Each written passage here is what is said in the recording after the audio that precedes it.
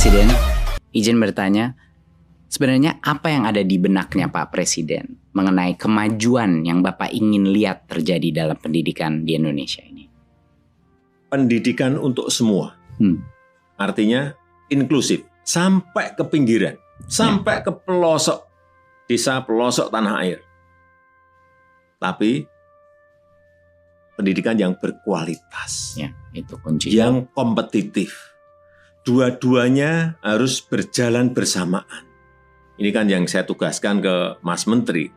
Justru dengan sekarang ini ada pandemi, terjadi percepatan untuk digitalisasi.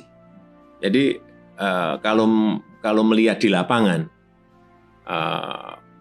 proses belajar jarak jauh yang kita lakukan, menurut Mas Menteri seperti apa? Banyak kendalanya. Banyak yang nggak punya HP, banyak yang nggak punya koneksi internet, dan kita melihat di dunia memang kualitas daripada pembelajaran itu ada penurunan.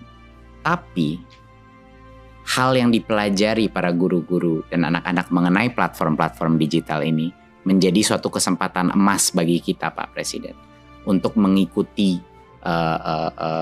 perkembangan itu dan menggunakannya untuk transformasi pendidikan seperti yang Bapak bilang, hybrid. Walaupun anak udah kembali ke sekolah, nanti berbagai macam platform teknologi akan meningkatkan kolaborasi antara guru, orang tua, dan murid dengan cara-cara yang belum bisa kita prediksi, tapi kesempatannya banyak sekali, Pak. Jadi sudah ada terobosan-terobosan? Sudah, Pak. Ke sana? Ada beberapa, ya. Pertama yang saya bilang tadi adalah digitalisasi sekolah akan menjadi salah satu fokus utama di dalam program Merdeka Belajar ini. Tapi ada beberapa program-program yang sangat penting yang sudah diluncurkan, Pak, walaupun dalam masa pandemi. Yang pertama adalah ujian nasional kita ubah menjadi asesmen nasional, di mana sekarang kita bukan mengukur informasi, tapi kita mengukur numerasi dan literasi kemampuan bernalar, Pak, sesuai dengan standar internasional. Dan pertama kalinya di sejarah kita, Pak Presiden, kita akan menambahkan survei karakter, di mana nilai-nilai Pancasila akan bisa kita ukur dan kita kuantifikasi per sekolah.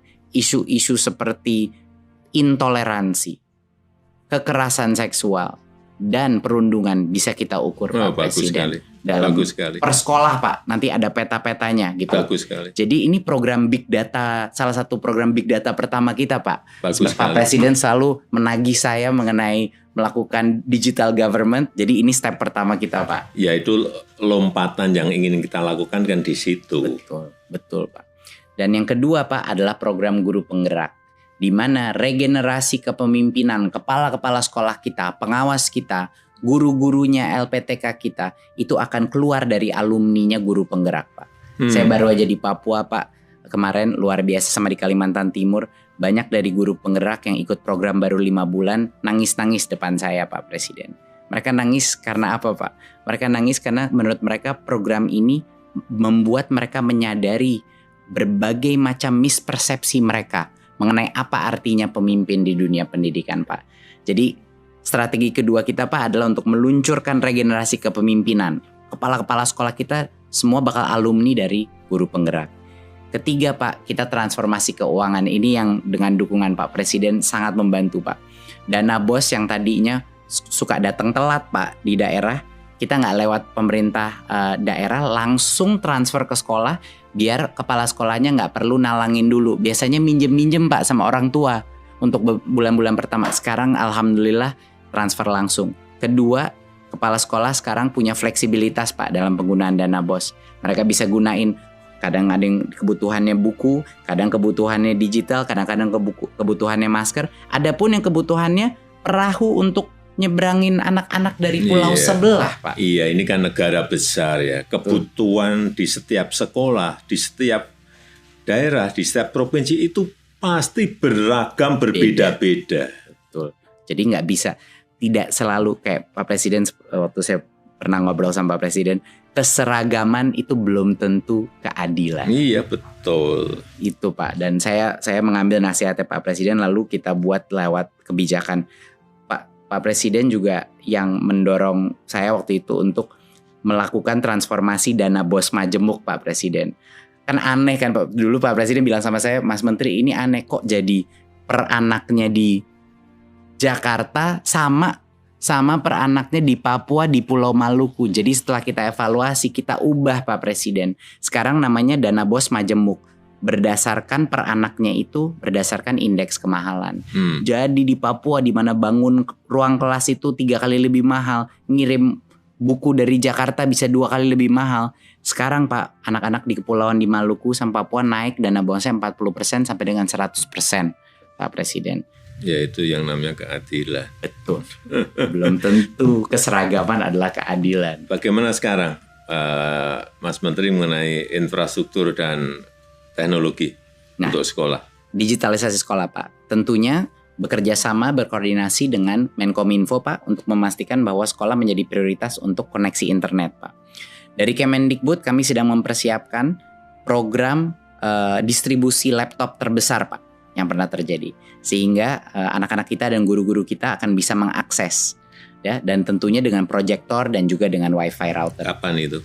Harapannya dalam 1-2 tahun ke depan banyak sekali sekolah kita, puluhan ribu sekolah kita akan menerima paket-paket laptop Pak.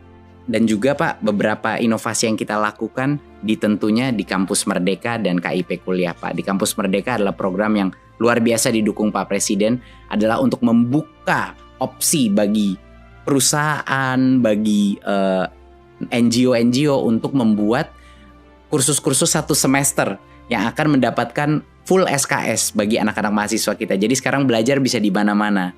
Iya, sekarang artinya belajar itu bisa dengan siapa saja. Belajar juga bisa di mana saja. Dengan siapapun, bisa dengan perbankan, bisa dengan industri, bisa dengan UKM, semuanya bisa. Benar, setuju sekali Pak. Tapi masalahnya dulu Pak Presiden, jangka waktunya kependekan. Kalau mau magang itu cuma 1-2 bulan Pak. Dan anak-anak kuliahnya masih harus ngambil mata kuliah di universitasnya. Sekarang sudah berubah Pak. Dia akan mendapatkan full 20 SKS di dalam perusahaan tersebut. Jadi dia tidak harus mengorbankan SKS dia dan kapan dia lulus.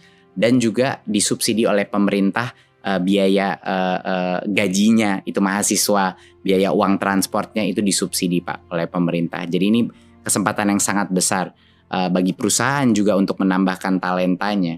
Itu Pak kira-kira. Ya, inilah perubahan, inilah transformasi yang kita inginkan.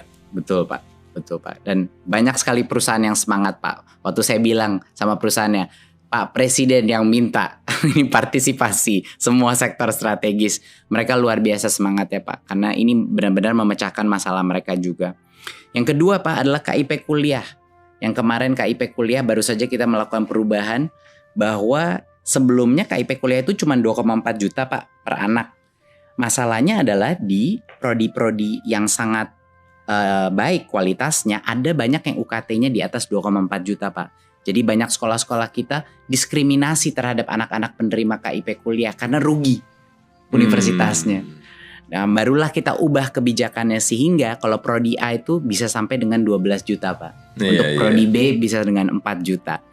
Jadi ya ini persis sama seperti yang Pak Presiden bilang tadi, kesetaraan belum tentu keadilan. Iya, betul. Sehingga sekarang anak-anak dari Papua atau dari Maluku yang mau masuk ke dalam program yang mahal, misalnya Fakultas Kesehatan, dia bisa tanpa diskriminasi dari universitasnya Pak Presiden. Itu kira-kira Pak, beberapa hal yang memang sudah mendapat dukungan dari Pak Presiden. Bagus. Saya boleh tanya Pak Presiden?